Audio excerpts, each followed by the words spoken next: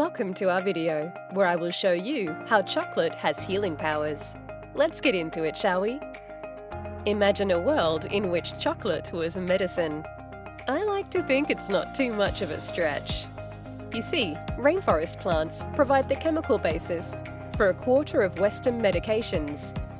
Yet only a small number of the total rainforest plant species have been tested by science to see what other wonderful ingredients they have to offer. Does chocolate have healing properties?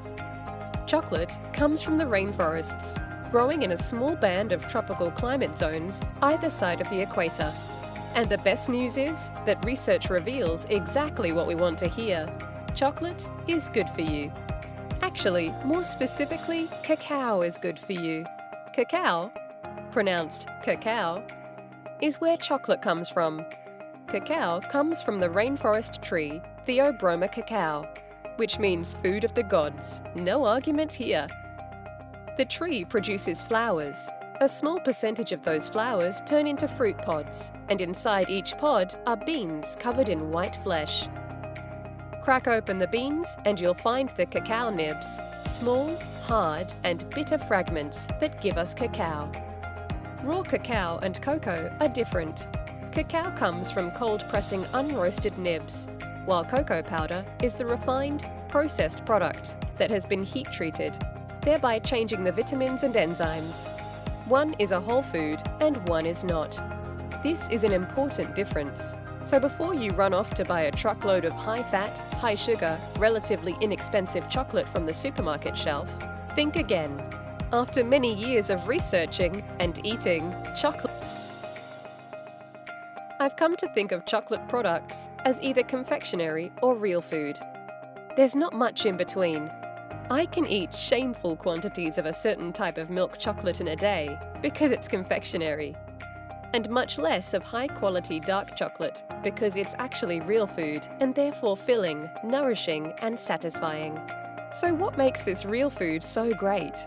Raw cacao is bursting with phenolic phytochemicals, that is, antioxidants, and minerals and vitamins, magnesium, iron and potassium, to name a few. Some say it has the highest antioxidant of any food in the world, and many go so far as to call it a superfood. Backing this up, researchers at Cornell University in the US found that cacao surpassed the antioxidant levels of both red wine and green tea.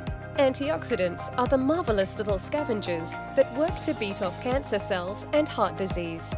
Cacao also assists the body to produce more of its feel-good hormones in the brain, namely serotonin and dopamine. It therefore has antidepressant qualities. It also contains phenethylamines, which help us to release endorphins, our happy high hormone. And since the time of the Aztecs, clever people who worshipped cacao as the food of the gods, it's been a known aphrodisiac. Theobromine is a stimulant to the central nervous system and the heart. But be warned, while we enjoy the effects of theobromine, it also makes chocolate toxic to dogs. In fact, there are more than 700 known components of chocolate, and more not yet known. And the science says that cacao is good. Having said that, not all chocolates are created equal, and you need to know what you're buying in order to benefit. Firstly, the price of the chocolate will give you a fair indication of quality. Next, look for the ingredients. You can make sweetened chocolate from just a few ingredients. I've handmade raw chocolate just from cacao, cacao butter, agave syrup, and sea salt. That's pretty much as authentic as you're going to get. But if the ingredients are listing lots more than that, take note. Vanilla is used as a masking flavor to cover the naturally occurring variations between batches, while vanillin is a synthetic flavor. And for goodness sake, don't eat compound chocolate. It uses cocoa powder of questionable value, vegetable oil, which could mean anything, and a lot of sugar. I wouldn't count on this for any medicinal qualities whatsoever. The percentage of cacao mass will give you some indication of quality as well. The higher the number, then potentially the more health benefits and less sugar you'll receive. I can enjoy up to 90%, though 70 to 80% is my preferred range. If you're new to dark chocolate, try starting around 40% and working up. Eat enough of the good stuff, and your palate will change.